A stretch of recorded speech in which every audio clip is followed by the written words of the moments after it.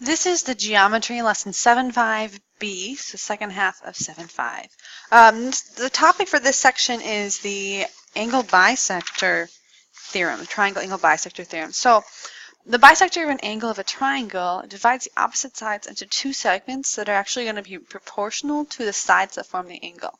So I'm going to label this picture down here that's about this theorem. It's going to help us out. So we're going to call this A, B, C, and D. So lowercase letters to make it a little bit easier.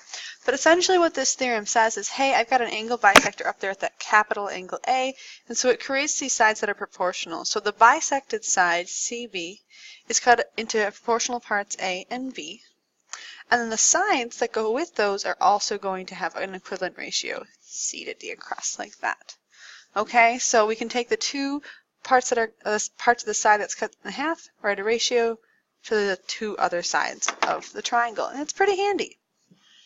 So we're just going to do two questions practicing this. It says, what is the value of x in the diagram at the right? So the first thing is we want to double check we have that angle bisector at P. You can see that it makes two congruent parts, so we definitely have that angle bisector. Now we want to try and get that proportion set up. So we set up our proportion.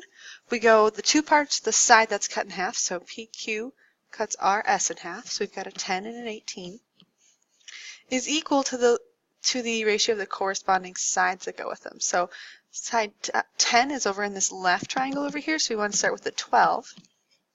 And 18 is over here on the right, so I want to use the X. So I got this nice proportion. I want to cross multiply everything out, so I go 10x equals, well, 12 times 18 is 216, and I just keep going, divide both sides by 10, and then I get 21.6 for x. It's that straightforward. So you're going to practice this skill by yourself on this next one. You can see the question here now, so why don't you try to set the proportion up yourself. So you can pause the video, do that, and then check your answer with mine. Alright, this is the proportion that I set up, 9.6 to 16 equals y to 24. You might have something similar.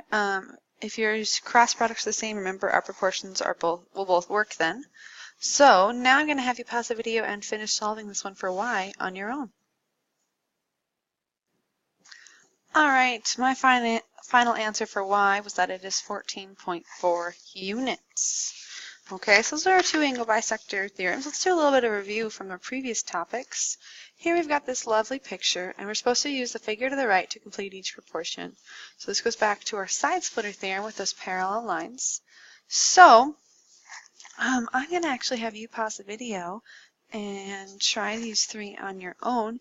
Use that diagram to help. If you need to flip back earlier in the notes to the side splitter theorem to set this up, then do so.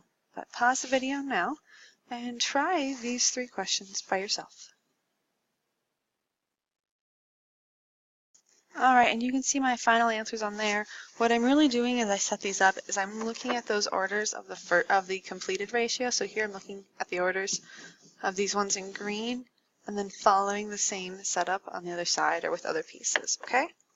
So this was actually the end of our lesson 7.5, for A and B. We used the side splitter theorem, and we used the triangle angle bisector theorem.